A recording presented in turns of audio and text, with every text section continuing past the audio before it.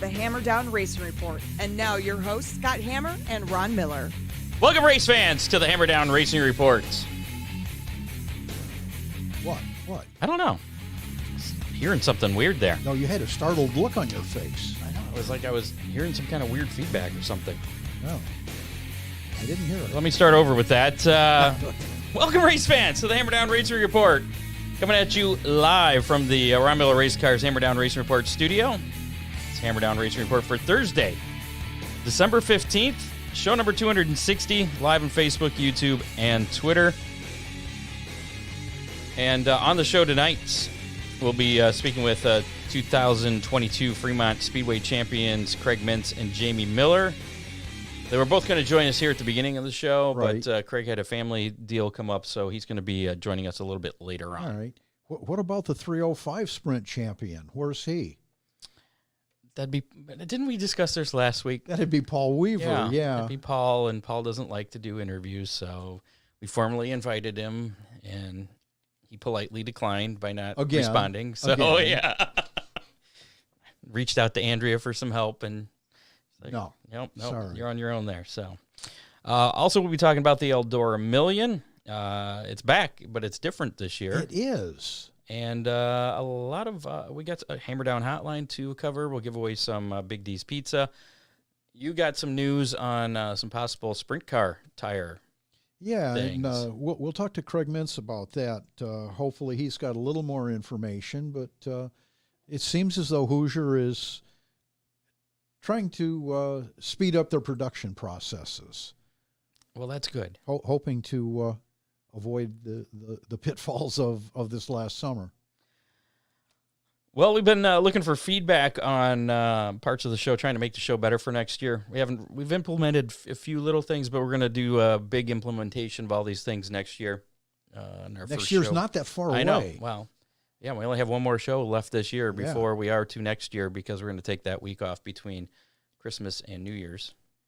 Because we're both getting race cars ready. That, and also I'm going to be doing some revamping of some show Absolutely, material stuff. yeah. So it'll be a busy week that we'll be off. But if you'd like to leave us some feedback here before we shut that form down, go to hammerdownracingreport.com/feedback, or you can just go to hammerdownracingreport.com, and it's under the Contact Us tab. If you click on Contact, there's a little thing that says feedback. A little form, it's anonymous. You can tell us we suck, and we won't know who you are. Or you could tell us that Ron's great, and we won't know who you are unless you tell us. So and they could tell you that Scott's cute, and I get that a lot, really. Yeah. Okay. Also working on some studio upgrades. We got most of them done. Again, thanks to our studio cam here from John Young. Hi there, Studio Cam. And we have some other sponsorships coming up as well that will be adding to the show. Studio sponsorships, Dave Kemmer, First Responders, also helping out with some equipment here. There's just a couple things left, just the chairs, I think. If you go to hammerdownracingreport.com, click on our Amazon wish list.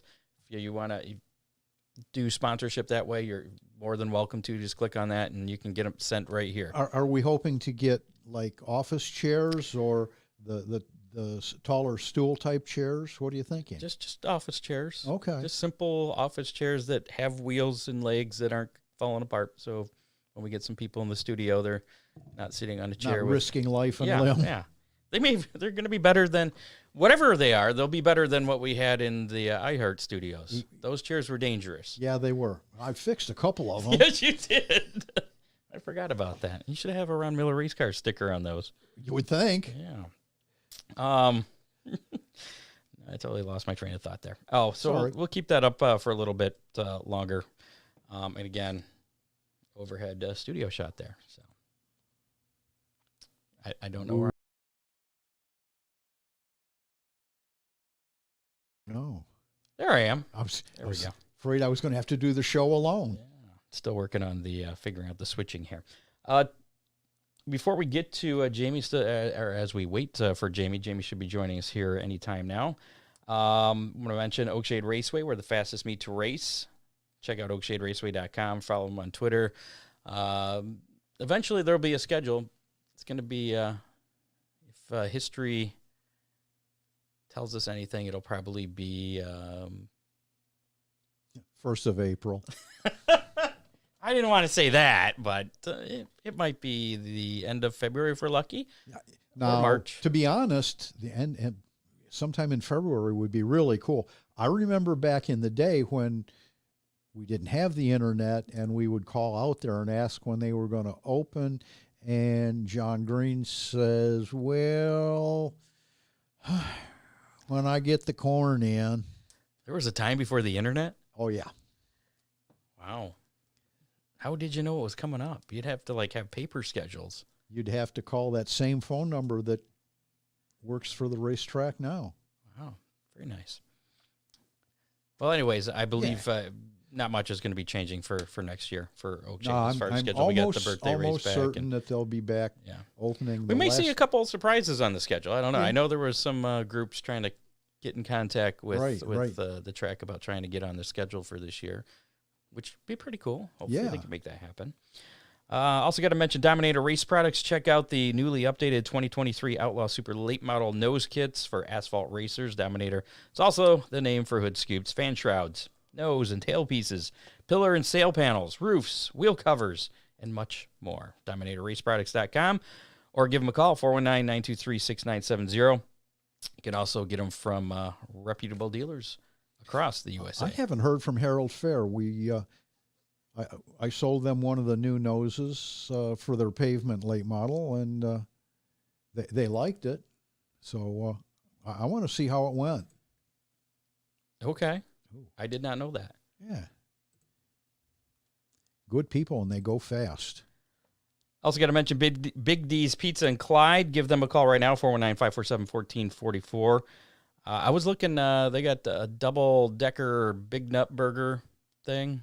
Oh, yeah? $9.99. Huge burger. Comes with fries and a drink.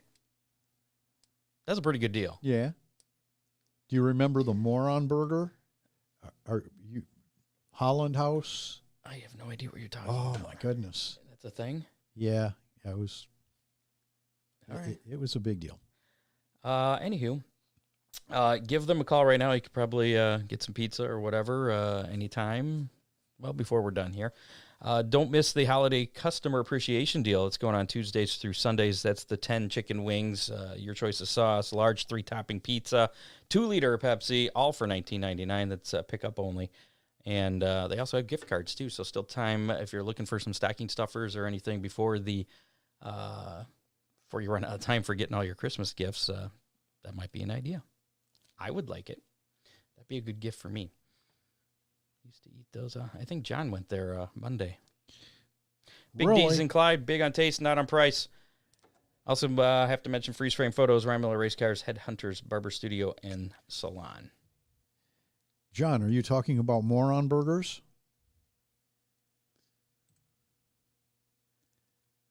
What are you talking? What are these moron burgers? They were as big as anything you could imagine.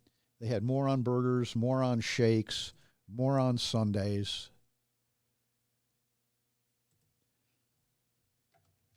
I'm reaching out to Jamie here. He's supposed to be with us. I see.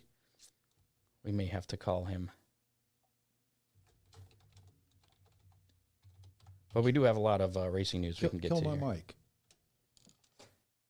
Are you calling him? Yes. Okay. Well, while he's calling him, mentioned that our racing roundup this week, we don't have anything as far as any racing action. Not much going on. He's not going to answer you.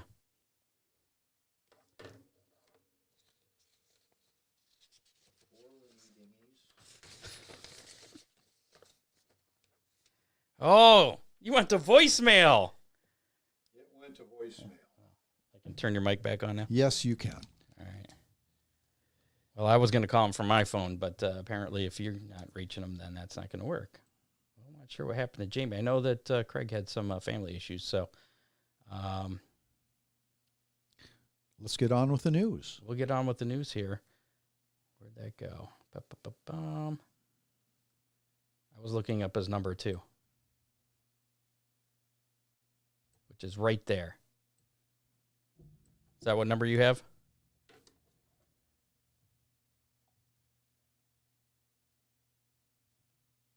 Well, he's looking that up.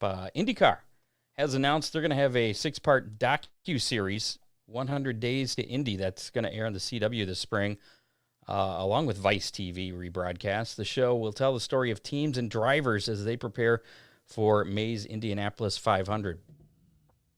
That's right. it. Okay. Did you hear about that, though? I don't think so. The Indianapolis deal? Explain it. I just did. That's pretty much it. Oh, okay. It's going to be on the CW, which is kind of weird because I heard they were cutting back on the spending, and this will probably be a cheap programming for them, documentaries. But yeah, no, it's kind of cool that something like that is. There's been a lot of documentaries, the NASCAR one, but it's on the cable networks. Right. So this is like the first one that's on broadcast. Sounds like a great job for Donnie Radabaugh. It does, doesn't it? I would think he'd have his hand up for that. Yeah. All right, we'll try reaching out to Jamie here once more. Give him a call here.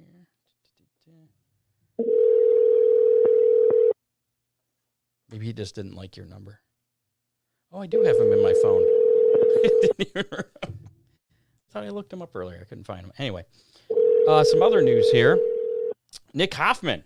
That was the big news from Ty Torg. That's big deal. Yeah. Hello? What was that? It stopped ringing for a minute. Oh boy. Maybe Jamie screened his calls. We just talked to him recently too after he won the Stocktober race at Fremont. Right. Jamie's a no-show. So anyways, Nick Hoffman has been named to drive the Ty Torg late model, which was formerly driven by Devin Moran. He's going to run for the World of Outlaw Case Construction Late Models Rookie of the Year. He's also going to continue running his modified as well. 4. We'll leave him a message here. Tell him to call us back. Okay. 5. There, you got some 5 is not available. some random numbers of his number. At the tone, please record your message. When you've finished recording, you may hang up or press 1 for more options. Jamie Miller, Scott Hammer, Ron Miller. Yeah. Another Miller. Just trying to track you down here. You're supposed to be on the show. Where are you? What's going on? Give us a call back at this number or log in on that link I gave you. We're waiting for you. We miss you. If you're satisfied with the message, Are we press satisfied? 1. To listen to your message, press 2. Message review. I want to listen to it. Jamie Miller, Scott Hammer, Ron Miller. Yeah, Miller. Just trying to track you down here. You're supposed to be on the show. Where are you? What's going on? Give us a call back at this number or log in on that link I gave you. We're waiting for you. We miss you. If you're satisfied with the message, press 1. I'm To listen satisfied. to your message, press 2. I To send your message with normal delivery, press 1. To send your message with urgent Oh, this is delivery, urgent. press 2. Oh yeah, that's Thank you. that's Your message definitely a has been number sent. 2. It is number 2. Oh, I just had a flashback to our Hatman call. Oh, goodness. So, anyway. Moving on, and I did see that Dean's working on getting Nick Hoffman on the show next week. He was, they were interviewing him at the Gateway Dirt Nationals. At the Dome, yeah. Yeah, he was watching his car being run by, was it Ricky Thornton Jr.? Yes. And I believe he won, actually, in Hoffman's Oh, modified. somebody's So here. Well, that's Craig's Craig. here. Yeah, Craig's here. He's earlier than expected. One other note here before we'll talk to Craig, I guess. Multi-time All-Star Circuit champion Greg Wilson and Sealing Racing have agreed to part ways. Wilson will bring back his family-owned number W20. J.J. Hinkle has been named to pilot the Sealing number 97. Who? So you heard me. I know I did. J.J. Hinkle. Is that somebody you don't know? Yeah, I believe. Yeah. Also, former guest Taylor Ferns, the first woman to finish on the podium of a USAC Silver Crown race, is going full-time with the series in 2023 on both the dirt and pavement races. She'll compete in all 13 events in the new year aboard the Fern Racing number 155. So, some plans of some racers for next year. Shall we bring Craig in? I think we should. Who are you getting a call from there? guess we don't care. Craig Mintz, how's it going? Hey, what's going on, guys? Congratulations. Again? Yeah, for the fourth time now? Four-time Fremont Speedway champion. Yeah. So we, it was a good year. We had fun, and we won some races, and we were competitive in almost every race that we got to. So we can't complain about that. Well, let me switch back to my notes here. So you got 2010, 2012, 2018, and the 2022 track champion. 3 wins this year, average finish of 5th. So pretty consistent season for you. After getting that first one back in 2010, did you think you'd get 3 more Fremont track championships? No. Back then I was kind of just see what my future holds. And then when we hit the 2018 one, I thought I was done. I kind of was at my point. Hey, Bubba. I was kind of at that, I don't know if I want to run for any more championships. And then I really looked at the 50th year thing. That means a lot to me. And really noticed that it was, Johnny Oxter's 50th. So, back then about 2019, we made a pact that this year we would put all the eggs in one basket and go for the Fremont one. So, we kind of prepped for the last year and a half with that.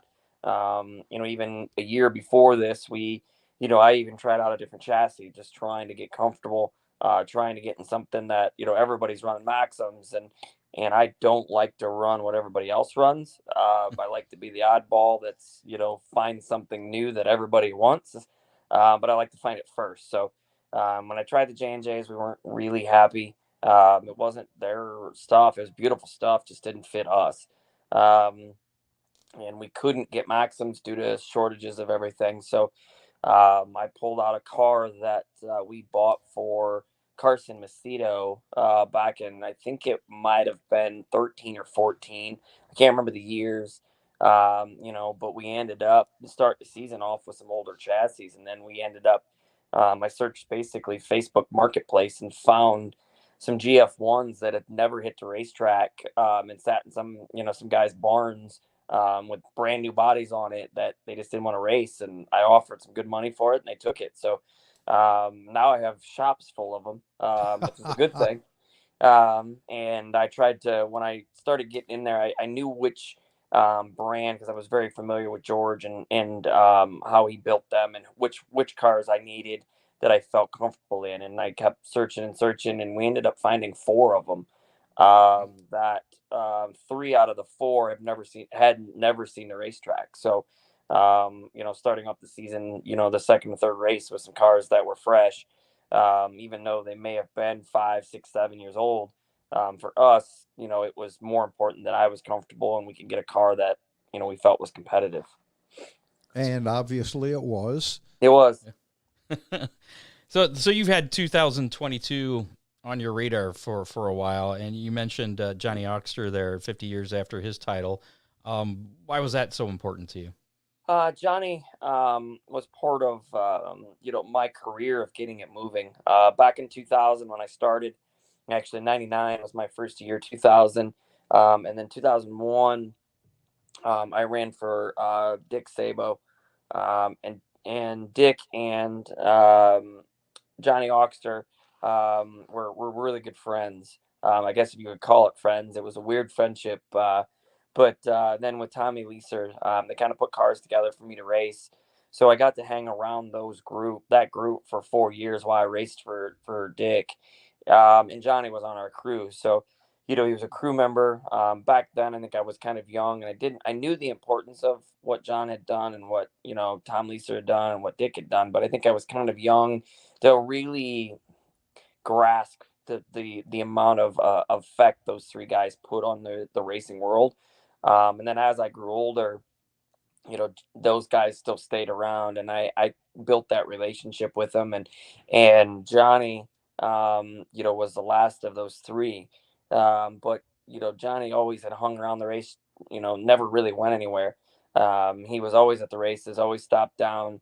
And he had built a bond with my dad that, was really deep. So, that kind of built with me, and he loved my kids. Always was hanging around with them and blew his famous whistle at them all the time. And it was always a good time. But that, like, is one that I really wanted. I really, as much as I love the Fremont Speedway Track Champion, I love that 50-year trophy. I have, the four of them and have all the names on there. And it's really cool to go back to that and see the names that have come before me, only to look back at them now and, look at them as legends. I think Jim Linder's coming up and Gus Keegan and like those guys are going to be able to do that. And it's going to be really cool. And, you start getting in closer into the dates of, Mark Keegan. Those guys mean something a little bit more, because I grew up watching them. I grew up watching Mark Keegan. I grew up watching Johnny Beaver. That's, when I was little, that's who I rooted for, and they're on the same trophy as I am, and it means a lot. That is cool. Point racing. We ask a lot of drivers what they think of point racing, and a lot of them are like, it's the worst. I hate it. What are your thoughts? I like it. If you're into that kind of thing, you got to be committed to it. I'm our race team and myself, we've never been one to go out and win 10 races in a season. But we're one that takes a lot of pride in not having DNFs. We take a lot of pride in finishing races. We'll run second 20 times over winning 10 and crashing 10. This is something that we've always said, which fits into the points racing a little more. But there can be times that you can see that it's stressful. The last 3 or 4 weekends, I enjoyed being at the races and I enjoyed racing, but I spent more time thinking about points than I did racing. And that was some parts that is very difficult to overcome. When you're the leader, it's harder than it is coming from second. Second, there's no pressure like DJ, you just went in there and you give everything you got.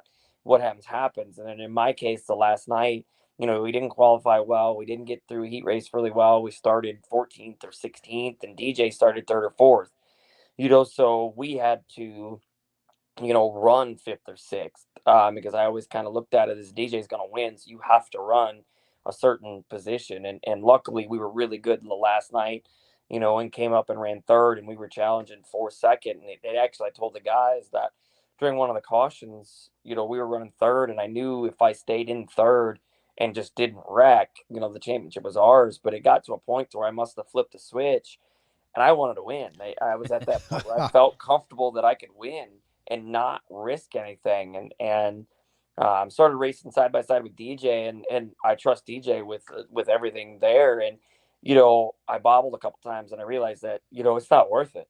A win is great, but a championship means more, especially when we've literally put all of our eggs in one basket. And when we crossed the finish line and I knew we ran 3rd, the weight had been lifted, and I didn't have to have that nervousness of every night of the races, because during those 3 wins, on one of the occasions, DJ ran 2nd to us, but he actually gained points on us, because of the qualifying points and heat race points. So that's more mentally and more stress on you mentally, because you just won the race and you lost points. And it's evident to the Fremont Speedway, the point system. It's hard, because every time you hit the racetrack, you have to be on your game, because you get points for, being competitive. Craig, I know that Fremont awards points for every time you're on the racetrack, other than probably engine warm-up. Explain that real quickly. It's really it's something that I've enjoyed, because it's been that way for quite a while. But what they do is they give you 10 points for quick time, all the way down to 10th gets 1 point.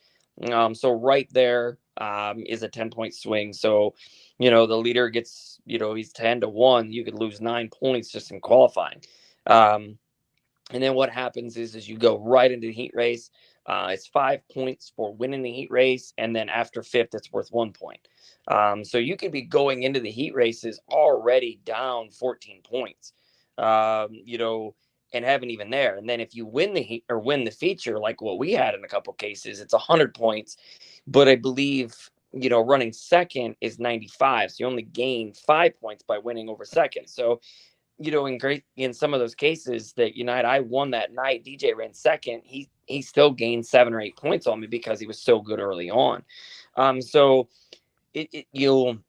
what they've done is they've made it to a point to where if you're starting second in your heat race, even though the top 2 redraw for the start of the feature, what they want is the points guys to be battled and for the heat race win, which puts on a better show for the crowd. They don't want just this complacency of, okay, I'm going to run second. No matter if I run second or first, it makes no difference. Well, if you're points racing, it does. It's a big difference. I think the thing came down to 7 or 8 points at the end. You start thinking about that over 15, 16 races. If you do one spot in every heat race, you're striving for extra, you've won by 8. So, it adds a different element to just giving points for the feature events. And I like it. I think that I've spoke to Fremont about some tweaks that I think that needs to happen. And they've listened, which I applaud that. And, I think there'll be changes throughout the next couple of years on it and to make it better. Because there's still some things that I feel need to be tweaked. As many years as I've done this, I think that, rules have to progress and change over time with other rules that we put into place. Yep. Speaking of changes to point systems, what are your thoughts on the Lucas Oil late model dirt series doing kind of a NASCAR playoff thing next year? You can say all you want. I'm not a fan of any of that. I'm not, because you don't reward consistency over the entire season. When I watch like NASCAR, for instance, and Christopher Bell is that guy. Over the course of the season, he was consistent. He had his bad runs. He won some, and yeah, he was in the final 3. But you start doing the math on some of those guys don't belong in the playoffs. They just don't. And those are the guys that either take the guys out or they're it's not a points thing for me. So you're not a fan of Ross Chastain's move at Martinsville? No, not at all. Now, okay. Now, do I like the move because that guy put everything on the line for his team? 100%. That is a driver going down the backstretch, talking to his team that I need 2 spots and I'm going to give my life to do it. And everybody in Ross Chastain's crew, the guys working at the shop, should be thanking him because that dude gave up everything to get in the show. Now, I don't like, again, the playoff system. I think that a championship and a champion should be rewarded over the course of the entire season, not just the last 10 races. It's just not. I don't get it. I get the excitement. I get that part of it. But if a guy dominates all season and then loses, it just doesn't make sense to me. And that's the part for me that I struggle. And I love the excitement part of it because I'm on the opposite end, but if I'm in the championship and let's just say you won 9 races all season long, and then now the points reset.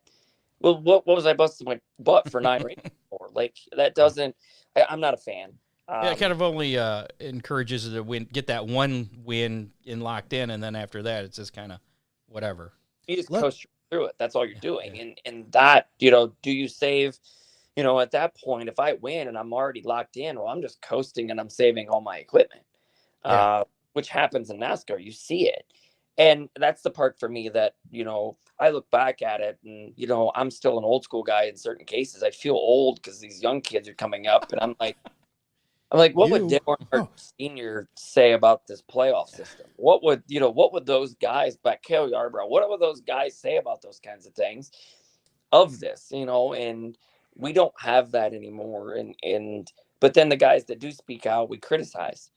And there's something that we got to have a happy balance. So to answer your overall question of that Lucas Oil deal, no, I'm not. That's not racing to me. In the stage racing of like even NASCAR, that's not racing. I get it why they do it, but there's ways to prevent that while they're doing that. There's other ways to fix it.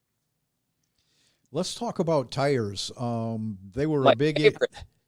they were a big issue all summer, and now I understand that Hoosier has come out with a new sprint car tire. What do you know about that? So I know very little. With me coaching basketball, I don't get a chance to go to the PRI show. But I knew going into it, sort of a little news going into it, and then what I've heard from while they were there. We're gonna get one right rear tire. We're gonna get like four cases of the left rear. I think it's a 92, 93, 94, and 96 casing. The durometer is harder than what we've been running, but it's not quite a medium. Hoosier, I applaud.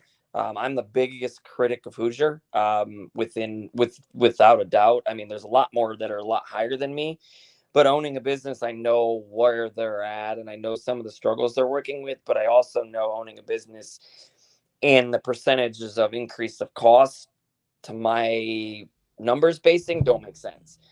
But the tire itself, they changed the grooving of it, which was, I applaud them, because we were taking tires and flipping them, and running them against the direction that they're supposed to be ran against, Right.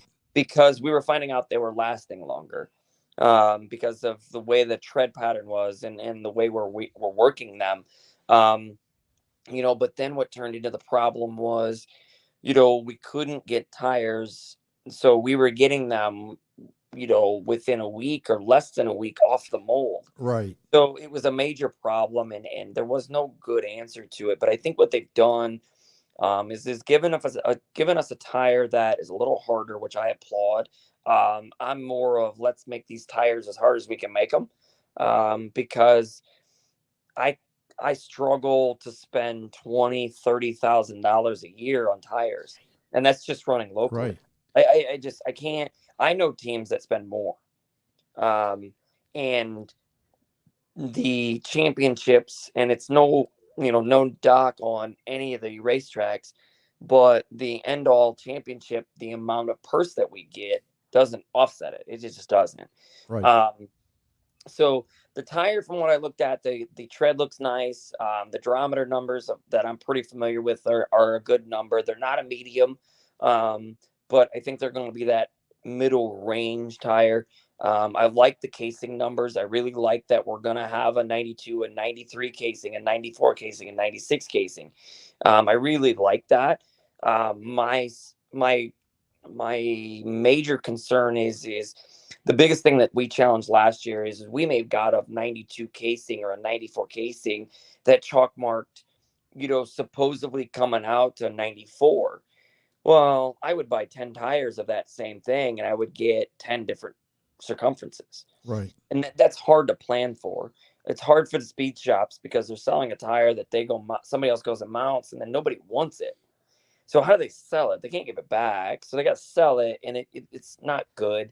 In the end, all I'm looking at it as a business, trying to find a way to help them, understanding the ideas, understanding how this works. And I think if they get to where they can make an all across the board tire, for, let's just say Boss, let's just say the World of Outlaws, the All Stars, local shows across Knoxville, Williams Grove, Lincoln, California, these kinds of things where they can make the same tire for all of these things and not have different casings, not have different markings on them.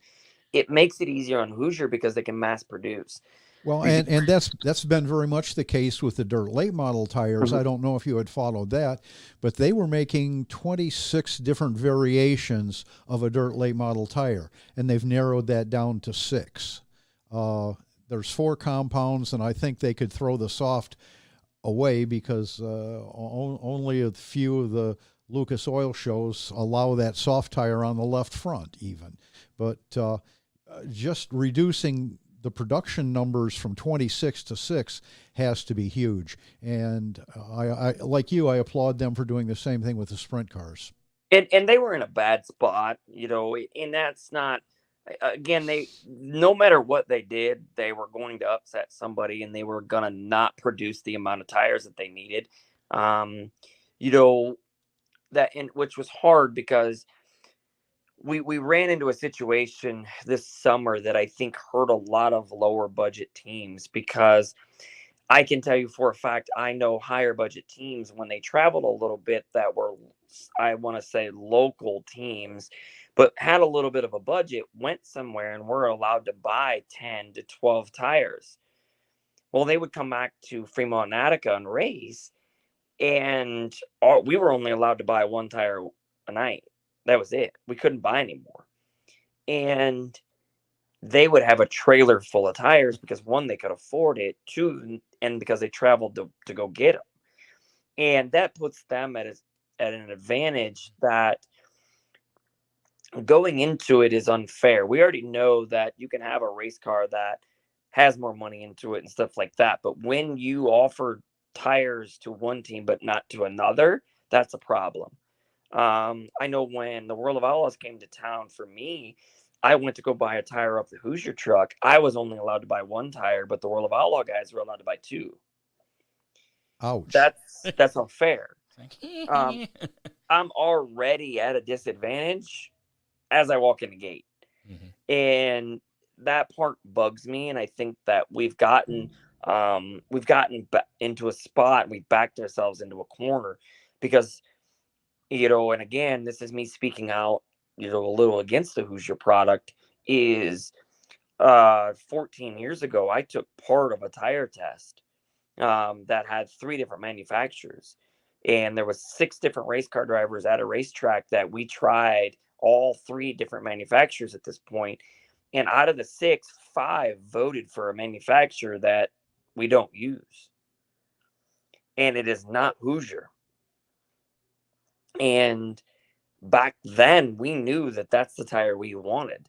But as a race car driver, again, we're forced to pay for a tire that we don't want. And we're the ones that have to pay for it. So Hoosier comes in and spends all this money and for the point fund for us to have a quote unquote spec tire. Phenomenal. That's great. But where does the money go? And I've always asked those questions of like, why we're the race car driver. We're the ones that have the voice. We're the ones that have to pay for it. The racetracks don't pay for it, but they get the results of it.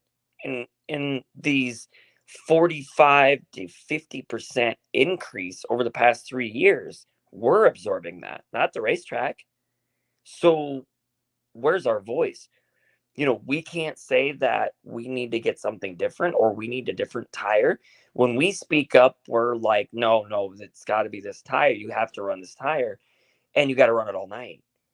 Well, that doesn't last all night. So what do you want us to do? You've seen multiple World of Outlaw events. You've seen multiple All-Star events shortened because the tire won't hold up. But it's our fault because we have to buy more tires. But the racetrack don't care, because and it's not a knock on any of this, but it's what we have backed ourselves into a corner that it's going to take somebody with a lot of big shoulders and a lot of money to back us out. Because again, I applaud Hoosier because they back, they've done everything to get out of this kind of supply and chain mess, because again, the chemicals they needed weren't available. The rubber they needed was not available. I get it. We were all in the same boat manufacturing wise, but again, other things were brought to the table to fix it and were denied. And that part bugs me, and again, 16, I've been doing this since 2020. So I've been doing this 23 years. I don't say I have a lot to say in this, but locally, we can't continue to do what we're doing at the cost we're doing, because you go back and look at how many race car drivers competed in every Fremont event and every Attica event. It's not very many, because we can't afford it anymore. Right. Yeah. And things aren't getting cheaper. No. Not that I wanted to make this all about tires. It's been interesting. One other thing, we kind of mentioned this at the beginning of the show, the Eldora Million is back, and we haven't talked about the difference this year, but it's for sprint cars. So the Eldora Million, right before the King's Royal, your thoughts on the Eldora Million going to sprint cars, winged sprint cars, as a matter of fact. I love it. Are you going? That's the other question. The other thing is it's unsanctioned. It's unsanctioned, but I can be honest with you, we probably won't take a team down. The problem that happens at Eldora, and I have, since this news released, which to my knowledge was today, I'm really close with 3 or 4 local teams that we feel are a little higher than your average local team budget-wise. And all 4 of us have says we're not going. It's hard to sit here and say that, but we can't compete. We just can't. I've been to Eldora with the best equipment that I've ever had, the best of everything that I can give financially, and I can barely make a B main of anything else. So the unsanctioned part for me doesn't make a difference because I think there's going to be loopholes of everything else. And it is not going to be this. It's just going to basically be the King's Royal or the old Eldora Million, where it's just everybody and everybody, which I'm not afraid of going down there. I just know business-wise, I'm going to go down there and drop $3,000 to not get anything back. And I have the more zeros than you can put in front of it with a 1% chance of ever winning it. So it's a business decision. It's a business decision. Do I want to go race it? I'd love to. Somebody put me in their equipment, I would go race it. I'm not afraid of going down there and racing it, but a business decision, the local guys, we're not going. Because again, the race cars have gotten so advanced and so different that these guys are they're putting race cars in wind tunnels, of NASCAR wind tunnels. You're not going to see the 09er in any wind tunnel, I can tell you that. And that's the point. They're looking for a quarter of a tenth. They're looking for a tenth. And I'm at the point of it's just not going to happen. And for me, at my age of that, I would rather go down and enjoy watching it. Yeah. So I think it is awesome for the sport. I think what it does is it puts World Racing Group on notice that there is a lot more money out there for these guys. And I think that it is great for our sport. It's phenomenal. Now, what do you think of the high limit series? Phenomenal. Is that kind of the same thing? Is it's that phenomenal you have? Because it has changed the World Racing Group, because again, they monopolized a little bit of that market, and it's changed the way it needed. Now, again, like I said with the tires, it takes somebody with a lot of money and some thick shoulders to do that, because you're going to make enemies and you got to fork over the cash. But what it does is it progresses our sport, because look at the late models, for instance. The purses that the late models run for make the sprint car guys look crazy. Yeah. Because, the Eldora Million with the late models, that's happened. When was the last time we've had $1 million sprint car race? It's never happened. And the late model guys do it yearly. And we can't get that. So I think it's put us on notice, and it put things in different perspective. And, I'll be the first one to say that I'm not a late model guy. I love, I'll watch them and stuff, but I don't follow them. It's not something for me. I enjoy because I will look at a late model and be so confused in how they're set up. I don't get the left rear moving forward. I don't get any of these things. I don't know how it works. I love how hard it is to make them work, and how they complicate things, because I like that kind of thing. But it's not something I couldn't name you 5 World of Outlaw guys. I couldn't name you 5 Lucas Oil guys. I can't. But when they're on TV or they're on Flow, I'll watch them. Or when they come locally, I'll watch them. But for me, I sit there and go, man, how are they running for $1 million? But 6 weeks before that, our biggest race pays a quarter of their total winnings. Our Knoxville Nationals paid what, $200,000 to win? They're racing for $1 million. Wait, how does this work? It's business again. More businesses. Yep. Let's got it. bring this back locally here, because I don't want to keep you too long. But fourth Fremont championship. What's so special about Fremont Speedway? The history. I mean, we're talking 50 plus years. And again, I grew up there. I mean, I remember being with Dick Lisky, being 8, 7, working on his race car. That's back when the hubs on the front hubs had one big nut spindle on it, these big wings on it. It was just, I enjoyed being there. I went there and watched those guys race, and now I'm at that point where I'm competing at that level of being able to win championships, knowing that, hopefully there's a 7, 8-year-old that they're going to get to that point. I look at the younger groups, like the Lucius kid, the Kemenal, Creed Kemenal, those kind of kids. And when they get to the 36 years old, like I am, I hope they look back and go, man, I got to race with Craig Mintz. I got to race with John Ivy. I got to race with Byron. Because, the weird part about it is Byron, has been racing as long as I've been alive, because he started when I felt like he was 8, but he was, 16, 17, but he's still competing. And I get to go down and I talk to him, and I love talking to Byron and having those conversations going. I don't know if you remember, but when I came here, when I was young, I rooted for the Black 5. And that was kind of cool that I'm now racing with him. And he is considered a legend because, how many track championships he's got. And then I see Mark Keegan and his son, and, Mike Keegan. So it's like another generation has come through, and I'm in a weird spot because I'm between it all, because I got to race with Mark, but I got to race with Mike, you race with that older generation, and then you're racing with this younger generation. Yeah. And it's weird. You're bridging the gap. I am, because I got to race with, Creed Kemenal, and I got to race with Chad Kemenal. And it's just, I don't know how many of people my age got to do that, because when I'm done and hang up the helmet, I'll be looking at Creed Kemenal dominating. I'll be looking at Lucius dominating. I'll be looking at, Keegan dominating again. And then at that time, I'm hoping my son is starting the ranks, and I'll be able to tell my son Parker that, hey, Mike Keegan's dad kicked my butt many years ago. And I think that's the kind of cool thing about Fremont Speedway is it's an evolution of families that have always, kind of built that place. Lots of history. Yep.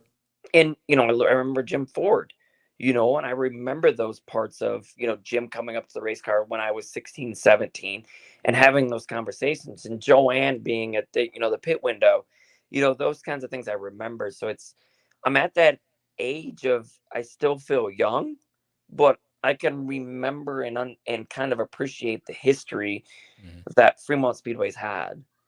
So what are your plans for next year? Another championship, or no? Do you have something marked on your calendar for a future year? Yeah, I got to get the championship that year. No, I'm too old. I'm done with that. Okay. I can say that. I think next year. So 2 years ago, my wife kind of came to me and said, our kids are getting older, and I bought a camper. So I bought it with her. So I think we're gonna do that more. But my family and herself enjoys going to races, but there's many racetracks she has never been to that I have. When I traveled the All-Star Tour in 2007 and 8, I got to see some racetracks that are pretty cool. So this year, I know we're going to do some traveling. We're going to go out to Knoxville and hang out there. We're going to go out to Port Royal. We're going to go out to Lincoln. I know when All-Stars head west and head out to like Wisconsin and those places, we're going to go. But we're going to run 15 shows a year this next year and just be that race team that shows up randomly in the middle of Iowa to go race. But, what me and my wife will do is we'll head out on Thursday night and go camp somewhere Friday night and go race Saturday night at Knoxville and come home. One of the biggest things on my checklist is I've never been to Knoxville. There's a lot of racetracks on my list that I've been to. I've been to almost every racetrack in Ohio. I've been to almost every racetrack in Pennsylvania. and have competed. I've been to Butler. I've been to the places up north. I've been to Indiana. I've never went past that. I've been to the Queens Royal, which I really enjoy, but I've never been to Knoxville to compete. I've never been to Wisconsin to compete.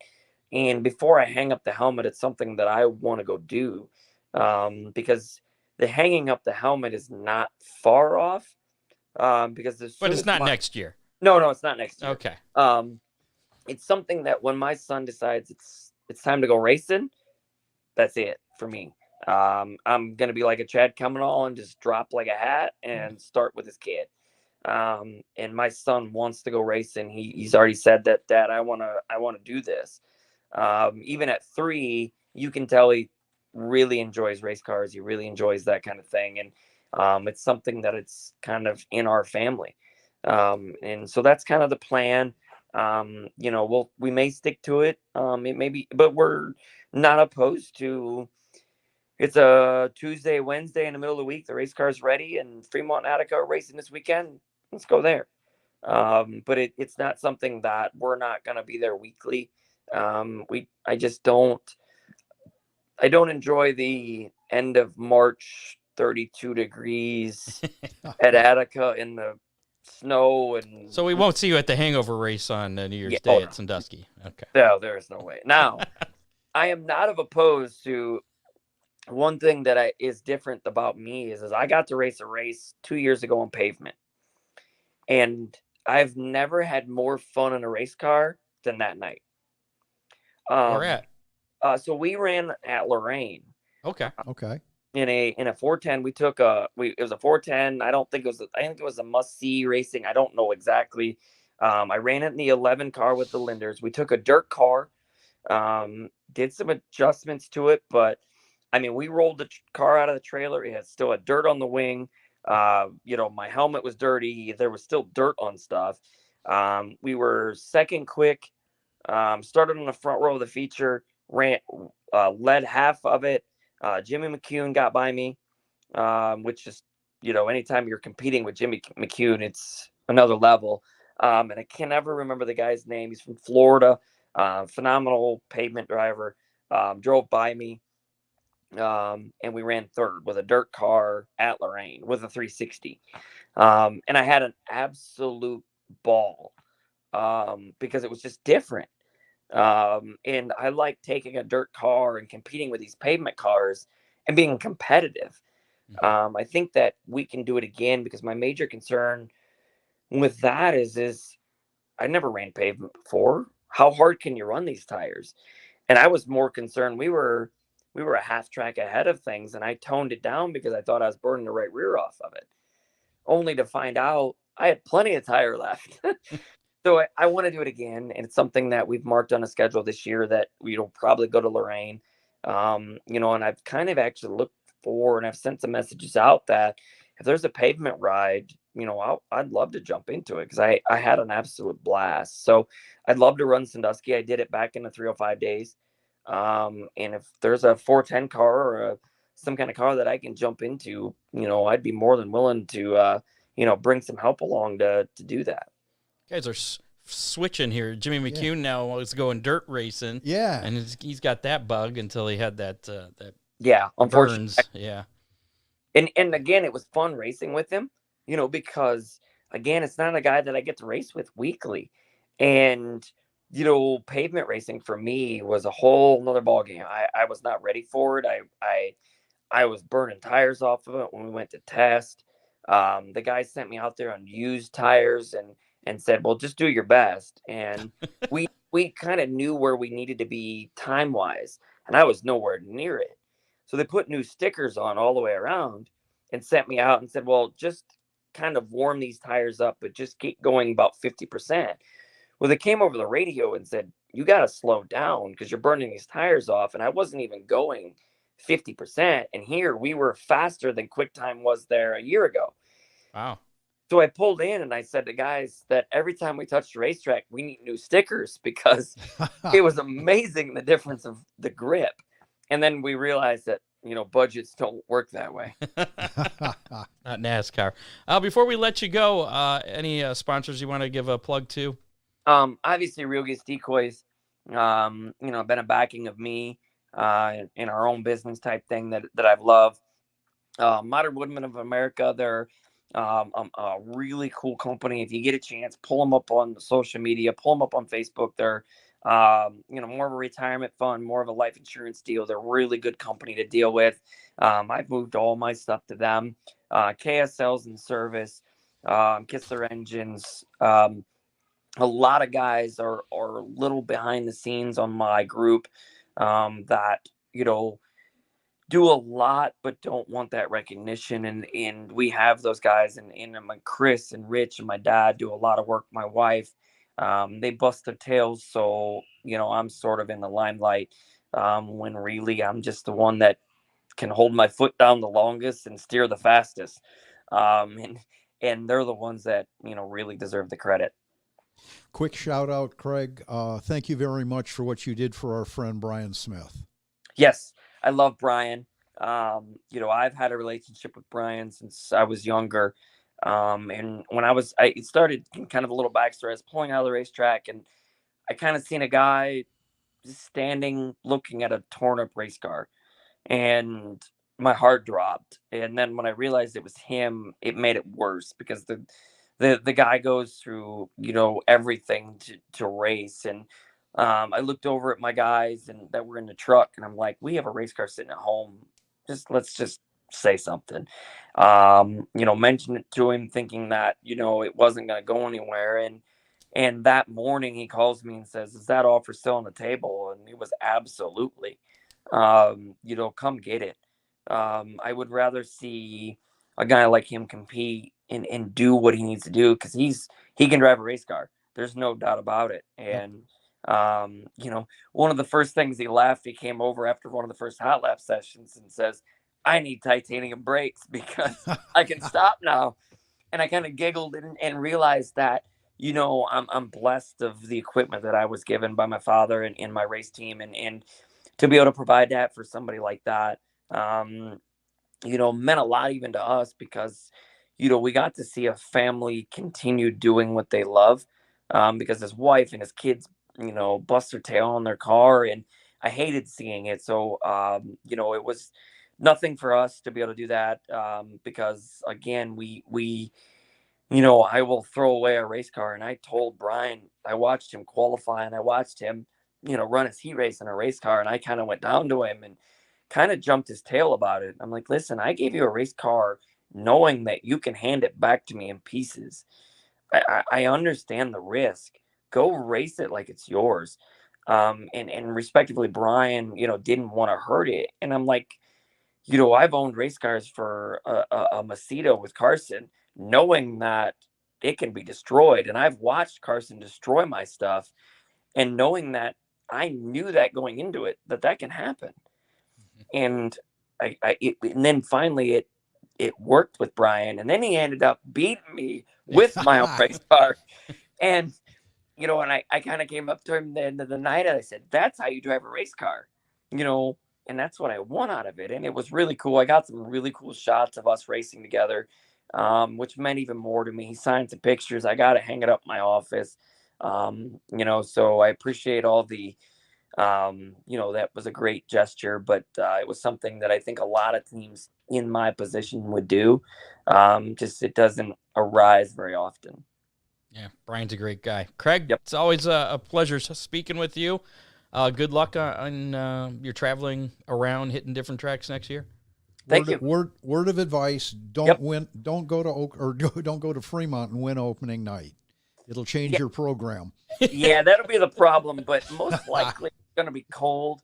And again, I'm a fair weather racer, so I'm probably not going to be there anyway. So those are the fun nights that, like I said, we have heaters. Again, it's just not fun for me. I'll sit at home and enjoy it. But I enjoy the show, guys. You guys have been amazing since you guys done this. I'm glad you've continued on through all the crazy things that have happened. But continue doing the hard work. It's fun to watch every week, and I enjoy it. If you see Jamie Miller in the near future, tell him thanks for standing us up. Yeah, we have an APB out on him. We can't find him anywhere. He won't. Yeah, he was supposed to be here. He's a difficult one to get a hold of. Yeah. So, all right, Craig, appreciate it. See you later. Take care, guys. Take care. Thank you. There you go. Craig Mintz, your 2022 410 track champion. Great at, interview, Scott. Fremont Speedway. Yes, actually, and also it's got an Attica championship there, too, back in 2013. Ooh. So, cool stuff. Well, I think we filled a lot of time, even without Jamie, unfortunately. We'll try and get Jamie in the future. We just had him on, though. So, Right. I mean, we know we can get him on. It's just pinning him down for forgot us. He probably did. Some other news to get to before we give away a Big D's Pizza. The ASA is kind of back. Did you hear about this? Sort of, kind of, yeah. The ASA series, the Stars National Series, will debut in 2023 for Asphalt Super Late Model Racing. Announced in October, many of the best drivers in America are expected to compete in the 10-race national tour with a minimum of $100,000 point fund. The championship team will be guaranteed $25,000. The National Series is made up of 3 races from each of the regional Super Late Model Series under the Track Enterprises banner. The ARCA CRA Super Series, the ARCA Midwest Tour, and the Southern Super Series. The championship event will be the All-American 400 at Nashville Fairgrounds Speedway in Tennessee. The series will be sanctioning the Glass City 200 at Toledo Speedway. Ooh. On Saturday, September 16th. Tony Stewart's All-Star SRX Series is moving to ESPN, switching networks. He was on Really? CBS the first couple of years. Right. Moving to ESPN and is going to jumpstart the Thursday Night Thunder. Do you remember that? I do. Yeah, so it's coming back. ESPN said Monday it signed a multi-year agreement with Superstar Racing Experience that begins in July. SRX will air on 6 consecutive summer nights as Thursday Night Thunder, which was ESPN's branding for motorsports programming that started in the 1980s. Chrissy Kanamaki, probably. So, yeah, it's moving from Saturday nights to Thursdays, which is better for me because I'm always busy on Saturdays, so I think that's a good move. Yeah, but Thursday. Yeah, why not? This is Thursday. Oh, shoot. I didn't think about that. Scott, As long as it starts after 8 o'clock. After 8 o'clock, we'll be all right. Toledo and Flat Road, we might have some shorter shows in That's it. July and August next year. Don't know if you've looked at the clock, but we would have missed the heat race. Yeah. Well, we can turn on the big screen there. Oh, yeah. Toledo and Flat Rock Speedways will be releasing their 2023 race schedules before the holidays. Flat Rock action will kick off. They've some dates announced. Flat Rock will kick off on Saturday, May 6th, and Toledo's opening day will be on Sunday, May 14th with the school bus figure 8 races. Highlights so far on the schedule for Flat Rock include the ARCA Menards East 150 on Saturday, May 20th, the Stan Yee Memorial 150 on Saturday, July 23rd, and the Street Stock 100 on August 12th. More to be announced. Highlights at Toledo Speedway include the USAC Silver Crown 100, the Riley Beal Classic. That is on Saturday, August 5th. Glass City 200 on the 16th of September, and the ARCA Menards Series National Championship race on October 7th. The ARCA East race at Flat Rock, that could be interesting. And it's been a long time since the ARCA cars have been It'll be at interesting Flat to see how many of the ARCA regular series drivers may Menards show up series. for that. Yeah. World of Outlaw Now's energy drink sprints will have an increased point fund and year-end bonus in 2023. The exclusivity bonus program will replace the 2022 monthly bonus program for every contracted full-time driver and team owner based on their point standings and contract status at the end of the season. Basically, this means the 2023 championship team could pocket a total of $350,000. That's $200,000 from the regular point fund and the additional $150,000 from that bonus program. That's a lot of money, Scott. It is a lot of money. Makes me sad. Lucas Oil Chili Bowl Nationals has surpassed 300 entries for the 9th time of its 37-year existence. The December 9th discounted early entry deadline was met with 308 entries. The 37th annual Chili Bowl Nationals takes place January 9th through the 14th in Tulsa. And I'm sure that the entry list is going to read like a who's who of motorsports. It usually does. Not just midget racing. Yeah. At the PRI show last weekend, USAC released its schedules for the Sprints, Midgets, and Silver Crown Series. Silver Crown Series will compete on Saturday, August 5th, as we mentioned, at Toledo Speedway for the Riley Bill Classic. Sprint Car Series will compete at Eldora Speedway on Friday and Saturday, May 5th and 6th for Let's Race 2. And all three series will compete on Friday and Saturday, September 22nd and 23rd for the Four Crown Nationals. Tony Stewart announced on Wednesday that the Wing Sprint Cars will be racing for the richest purse in sprint car history, as Eldora Speedway will host its third version of the Eldora Million, July 12th and 13th. The unsanctioned event will feature a winner's purse of $1,002,023 from a total purse of $1.4 million. The event is a cooperative effort with Eldora partner Flow Sports, combined with the $175,000 to win 40th Kings Royal that takes place July 14th through the 15th, following the Eldora Million. Overall posted prize money for that 4-day stretch could exceed a staggering $2 million. Yeah. And that's right after the Brad Doty Classic, which is on the 11th. So they could be coming from Attica and headed down to Eldora for 4 days. Crazy stuff there. The High Limit Sprint Car Series has released its 2023 season schedule, at least part of it. They keep announcing dates. They keep popping up here. The High Limit Sprint Car Series is a midweek racing program promoted by Kyle Larson and four-time World of Outlaws champion Brad Sweet.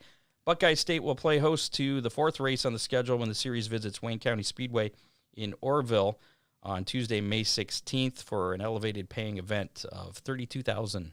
And I believe they're at Kokomo the week before, or at least that's the event before that, before the Wayne County is Kokomo. You think racing is becoming more just special event oriented? I don't know. Well, I was talking to Les Hanna the other day, and he was talking about how you get all these high paying races, but there's no payback through the rest of the field, so it gets real expensive for the racers. It sounds good to the fan. The fan's like, whoa. The race for at Eldora, the Million, pays $1,002,000 to win, and but only $1.4 million for the entire purse. Yeah, so that $0.4 million minus $2,000 is spread out through the rest of 23 other drivers, or if they have 28 starters, it'd be 27 other drivers. Yeah. So, yeah, that is something. It's all done on the High Limit schedule today. Okay. I think that means they're done adding dates. The Driven to Save Lives BC 39 will celebrate its fifth running in 2023 by moving to a new date as a standalone weekend event, September 27th through the 30th at the dirt track at Indianapolis Motor Speedway, featuring a new format for the USAC Midgets. Buddy Kofoid, of course, the winner last year of that. Sandusky Speedway has some track improvements going on. The trees that Ron ended up crashing a truck into a couple years ago, one of the Fremont dirt trucks. Yeah. They've been removed. Yeah, but there's still a fence out there. And tires. Now you can hit the tires. Yeah. But they moved. They put a wall around the inside, replacing that old guardrail. I appreciate that, and the fact that they left a nice strip of dirt on the inside of the track. You're going to take full advantage of. Could happen. So they got all kinds of improvements going on. We'll be speaking with the Sandusky Speedway champions next week, and Chris Mize and always Chris Mize. Entertaining. Chris Mize will join us for a little hangover race preview. Which is coming up on January 1st. Finally, Haley Deegan announced today that she'll be driving for Thor Sport to compete full-time in the 2023 truck season. I saw that. Also, that's pretty cool. In Sandusky. Right Around the corner from Sandusky Speedway. Right in their backyard. Yeah. So, cool. I mean, I don't think that was a... Brian Nelson wonders what I think about the new Fremont truck rules. I wanted to ask Jamie about that. Yeah. What he thought. I know you're the builder, but They're kind of okay. They're kind of okay. How about we do some Big D's pizza wheel? How many? Wait. Yeah. How about we do some how many? And give away some Big D's. It's past my bedtime. Last week's how many was how many packages would I be receiving between Friday or from the period of Friday to Sunday?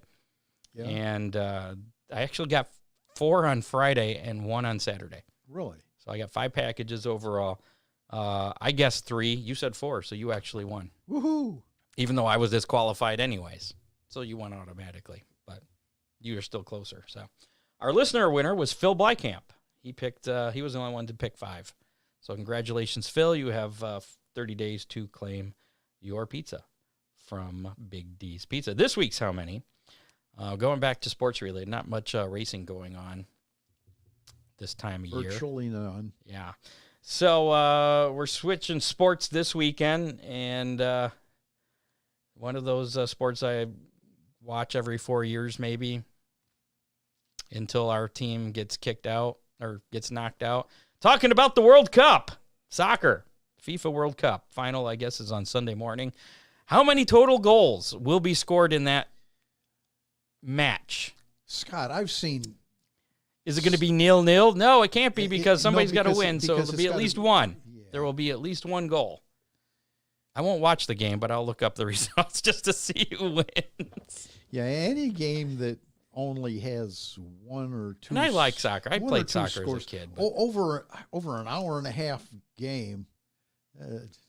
Yeah. And I don't even know if what teams are in it or anything at this point, or if that's even been decided. 3. But you're going with 3? I'm going with 3. All right.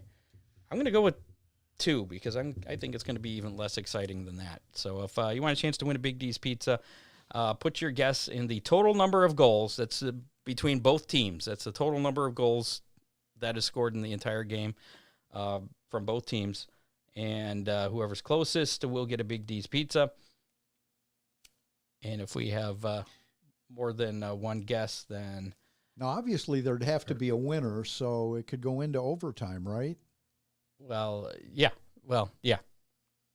Yeah, they keep playing.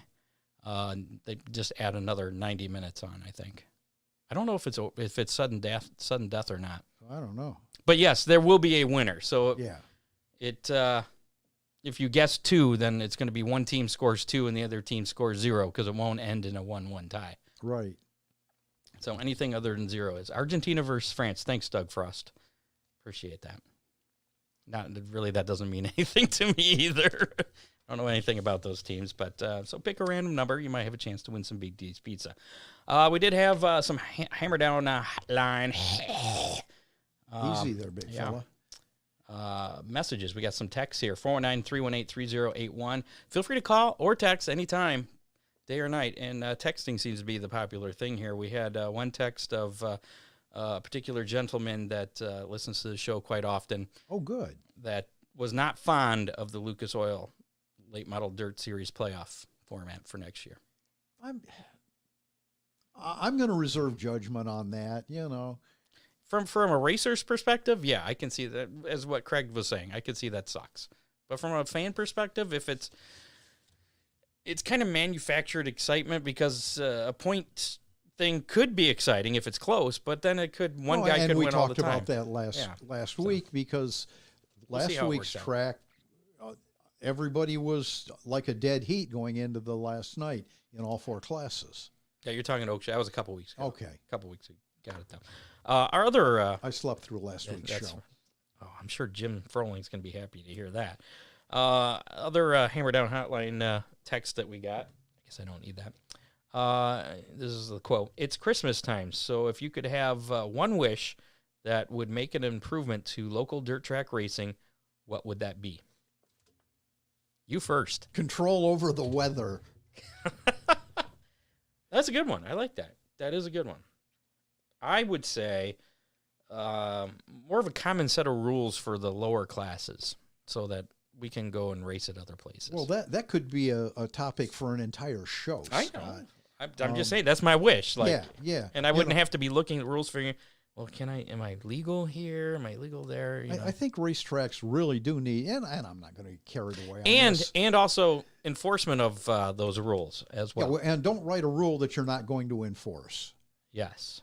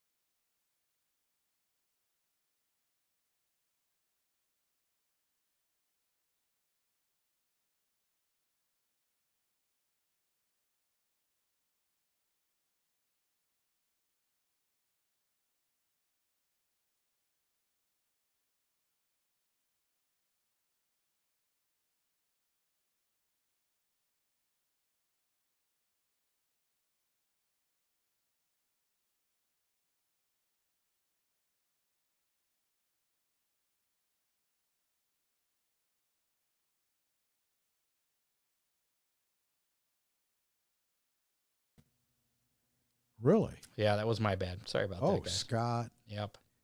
All of our brilliance down All the of our toilet. brilliance I got rid of. You missed the best part.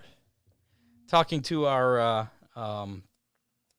yeah, I know what the problem was, Dean. I'm sorry about that, but our podcast listeners, since it records directly on the thing, it'll be fine. But So, if so, anyways, what we were saying, if you're really worried about Yeah. what you missed, you can go to YouTube but, later in the yeah, we watch this whole debacle all over. we shared our Christmas wish that we wish would make an improvement to local dirt track racing. And actually, our listener is curious as to what some of our other listeners would be would wish for. So leave that in the comments. So call the Hammer Down hotline. Or call the Hammer Down hotline, or text the Hammer Down hotline. And again, that number is 419-318-3081. Yeah. So you only have to know 1, 2, 3, 4 different numbers. You just then put them in the right order, and you'll be all right. 419-318-3081. Or go to our website. Oh, yeah, Hammer Down Racing Report has that.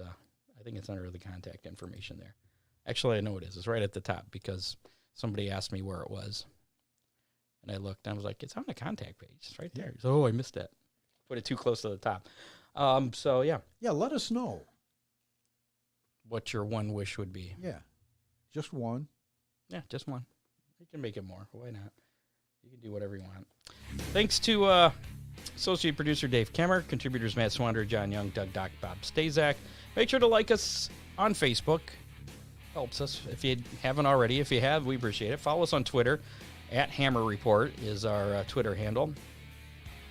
We're still there. We haven't been blocked since Elon took over. Very good. Follow us on YouTube. Listen to us on your favorite podcasting platform, including Apple Podcasts, Spotify, and iHeartRadio. And, of course, check out hammerdownracingreport.com for anything you need to know. You want to be a sponsor? We have sponsorship packages available on there. And you can also click on the Amazon wish list thing and become a studio sponsor and help us with some studio equipment, such as those Keep us from falling on the floor one of these weeks. Yeah, I think really that and headphones are the only thing left on there. We'll have to come up with more things now. Oh, yeah, there's always more. Yeah, come up with a list. New studio. Yeah. New studio. Make sure to rate and review us. Share us with your friends. Thanks to our sponsors again: Big D's Pizza, Oakshade Raceway, Remula Race Cars, Freeze Frame Photos, Dominator Race Products, and Headhunters Barber Studio and Salon in Perrysburg. They have a pool table there. I'm gonna get my haircut this weekend. Ooh. They do appointments on Saturdays through Booksy, I think is the app that they use. All right. Anytime during the week, though, it's just a walk-in. It's right there. You know where Churchill's is, that shopping center? I do. It's across the street from that. Right next to McDonald's. There's like a little okay. strip mall. my little plug for him. And you frequent the place. When I get my haircut, yeah. Okay. I don't go there like every day, no, but when I need a haircut, I go and see my buddy John the barber down there. They get a cool logo too. I'm trying to get him to sponsor my car so I can get his awesome tiki head thing. Yeah. Nothing like that fingernail place. No. near Sandusky Speedway. No. No. If you're interested in being a sponsor of the Hammer Down Racing Report, again, check out hammerdownracingreport.com. Call the Hammer Down hotline, 419-318-3081. Send me a message on Facebook, whatever. It all works. Thanks again to this week's guest, Craig Mintz. Jamie Miller will try and catch up with you another time. Next week, as we mentioned, we're going to have our Sandusky Speedway champions. That'll be our final champion show of the season. And we'll have a hangover race preview with Chris Mize. And then moving into next year, we'll have take some of the feedback that we've got and implement that. Yeah, and we've got a couple of guest suggestions that we're working on. I think it's going to be exciting winter. One of the things I forgot was one of the suggestions was to put the how many question in text on the screen there. I forgot to put that up. I typed it in. I just forgot to put it there. Well, okay. So there it is again. How many total goals will be scored in the FIFA World Cup final Sunday morning? Something we know nothing about. So free pizza from Big D's. If you can guess correctly, just put that guess in our Facebook Live comments or the YouTube comments. If you're listening to us on the podcast, you can pull that up as soon as you're done listening to us, which will be momentarily if you've made it this far. Yeah. And do that. We'll see you back here next Thursday, 7 o'clock, last show of the year. Man, it doesn't seem possible. It's crazy. We're out. Take care. Goodbye. You have been listening to the Hammer Down Racing Report, available on demand on iTunes, Google Podcasts, Spotify, or your favorite podcasting platform.